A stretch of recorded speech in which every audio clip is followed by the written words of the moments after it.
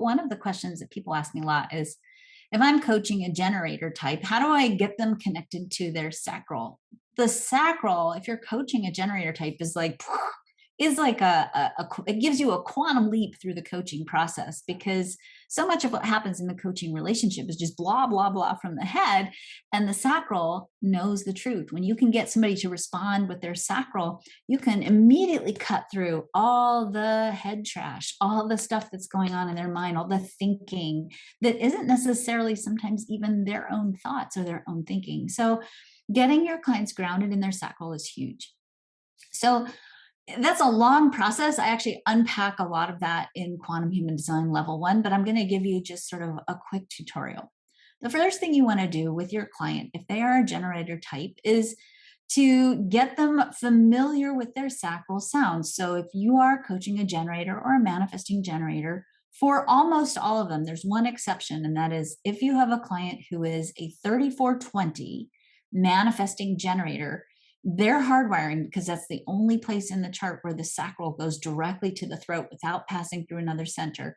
Their hardwiring is so fast that usually their sacral response is going to be, yep, yeah, whatever comes out of their mouth first. It's just very fast. And they can be, I know, or okay, or there's lots of different ways that shows up. So it can be language. So if you've got that 3420, it's whatever comes out of their mouth first. But for all the other generator types, everybody else, all the other manifesting generators, all the generators, the sacral makes two sounds.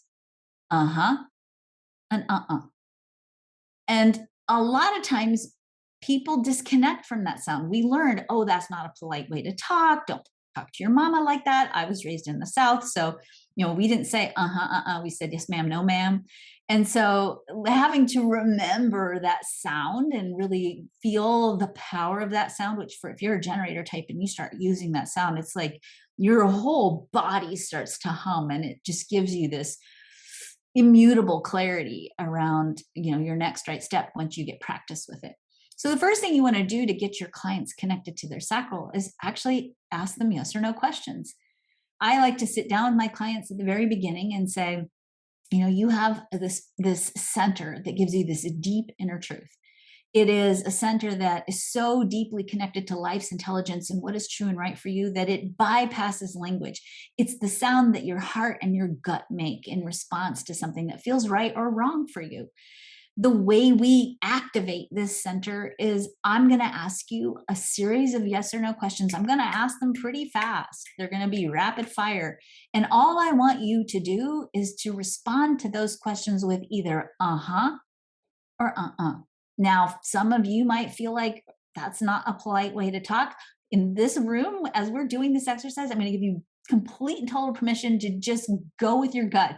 Go with what plops out of your mouth. Uh-huh or uh-uh. I'm going to ask you these questions, is what I would say to my client. I'm going to ask the questions so fast that you're not going to have time to think. And if you stop to think about your answer, I'm going to push you to keep moving on. So when you're asking your client to practice with their sacral, one of the things you want to do is pay attention to where they might not be calling on their sacral. So you might ask your client a question and say, are you wearing glasses today? And they might be like, If they start doing that, stop them right there and say, okay, that's not your sacral. You're thinking. Let's go back into your body, back into your gut. Are you wearing glasses today? Okay, perfect. So you want to keep them going in a rapid fire exchange, asking them a series of yes or no questions, and start with something really obvious. Don't start with like, do you love your job? Is it time for you to quit? Do you need to make more money? Don't ask big questions. Start with little questions like, are you wearing glasses today? Is your shirt blue? Are you sitting down? Are you outside? Are you in California? Is the sky blue? Is the grass green? Is it springtime where you are? And then after they're like, they get into the flow of it, then you sneak in the first hard question.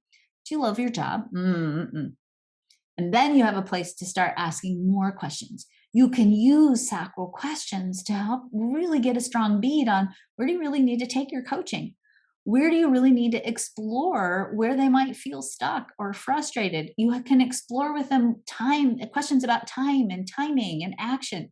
It's a really powerful tool to understand how to use as a coach when you are coaching generator types.